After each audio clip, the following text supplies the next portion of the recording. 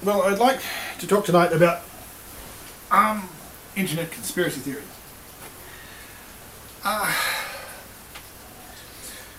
And in particular, the subject of Illuminati whistleblowers. And furthermore, the subject of Illuminati whistleblowers in the 1970s. And a lot of people in the internet and churches may have heard of a guy called John Todd. And he's a guy who was supposedly a former high witch or something. He became a Christian and went around, did all these rounds of all these churches doing talks on the evil plans of the elite satanic cabal. His thing was that it was basically rock and roll was the devil's music, and there was covens of witches doing laying spells on every rock and roll record that was sold, and all kinds of wacky stuff. Now, John Todd, apparently, you hear all kinds of stories about the guy, whether he died last year or died in the 70s or died in the 90s, and whether he's in jail or something. There's all kinds of conflicting stories, and a lot of people like him and a lot of people dislike him. But here's this perplexing subject of Illuminati whistleblowers. But what piqued my interest, was the he called himself Todd, and he was he said his family had been in witchcraft for generations, and I think I'm not sure he ever made an explicit connection to Mary Todd, the spouse of Abraham Lincoln, but I did look into it briefly, and there's allegations about Lincoln and Todd being into Masonic, Freemasonry, and things like that. But what was most peculiar was this connection between the Collins family. He made these sort of allegations that have pricked up the ears of quite a few people. Is that the Collins family were one of the original families, one of the original, Puritan families. But he says this thing that the Collins family brought witchcraft to America originally. Now, well, this piqued my interest some years ago, briefly, because my surname happens to be Collins,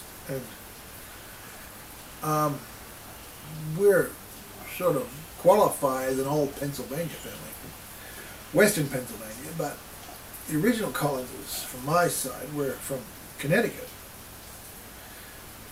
And, well, beyond Hartford, Connecticut, I don't think our branch of the family has discovered links back to the original Puritans. I don't know.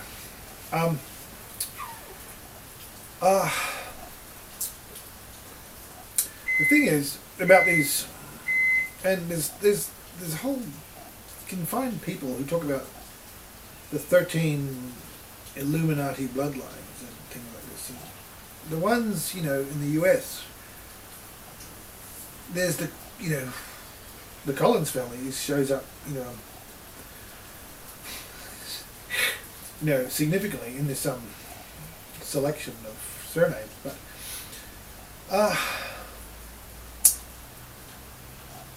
curiously enough, I'll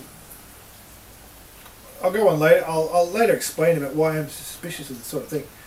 But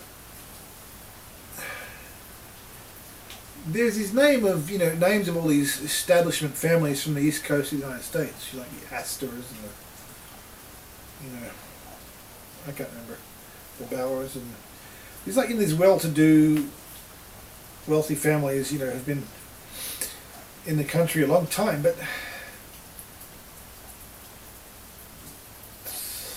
anyway, the point I'd make out is, the reason I'm suspicious is, like, for example, if you consult David Icke's got a big sort of whole thing going on with bloodlines and reptilian bloodlines and elites, and he's got something about the 13 Illuminati families, and I looked into it, and the names of the families in his list are just taken from, the royal families of Europe, the Habsburgs, the Romanovs, and whatever. And the Collinses aren't even on that list. So, and neither the Astors, or a lot of the rich, famous families from the east coast of the United States aren't on the list of David Icke's list. There's a bit of overlap, the Rothschilds or whatever, but I mean, it's sort of, to be honest with you, when I actually stumbled across this John Todd guy, just fishing around on the internet, it's the first I heard of any of this stuff. And for some reason, my family are actually traditionally Episcopalian, and they're not Puritan. I thought, well, I do have some Puritan traditions. But I'm suspicious because, first of all, these Illuminati bloodlines people, seem to make it up as they go along. Like, the same guy was saying that the Lee family, like, Robert E. Lee from the Civil War, was one of these famous Illuminati bloodline families, but he was also connecting it to some Chinese millionaire called Lee, which is ridiculous because, the name sounds the same, and it's just wild speculation. Lee, but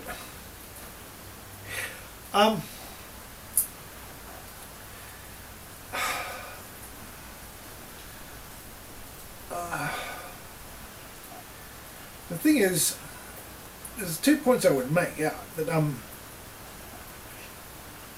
if you look, there's lots of famous families. For example, the Mayflower families. I mean, I'm not sure there was a Collins on the original Mayflower or the other ships, but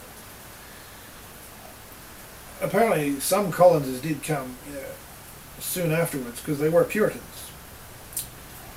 But I mean, the thing is, there's even some people on the internet who investigated this, and they've even dug up cousin Clement Atwood in Pennsylvania. So it's kind of, don't go investigating the Collins family, family history. I mean, it's really boring. Members of my family have done it. It's dull as dishwater.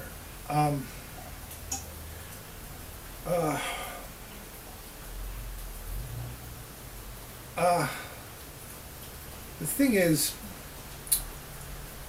if you followed, there's 2 points. One is, if you followed all the names of the families who are on the Mayflower, you would find those people, a vast number of these people, wealthy, well-to-do, often well-connected, and that's because they got to America first.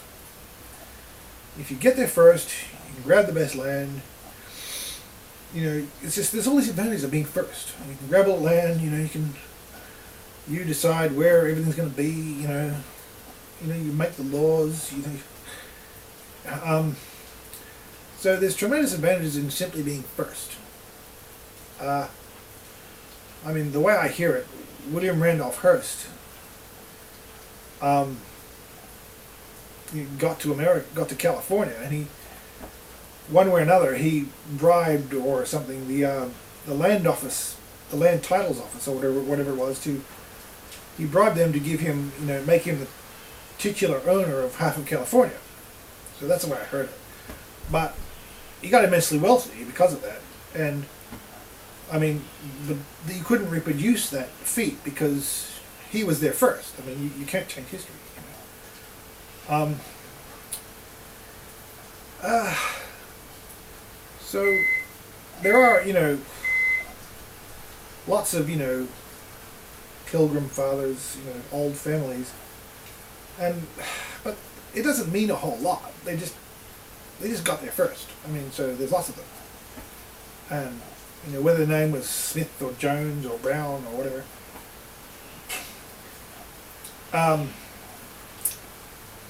You know, you're going to find lots of their descendants around there. You know, good and bad. You know, some respectable citizens, some criminals. It's, you know, it's the way life is.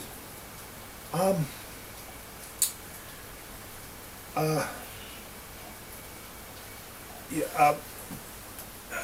We'll go to our commercial break.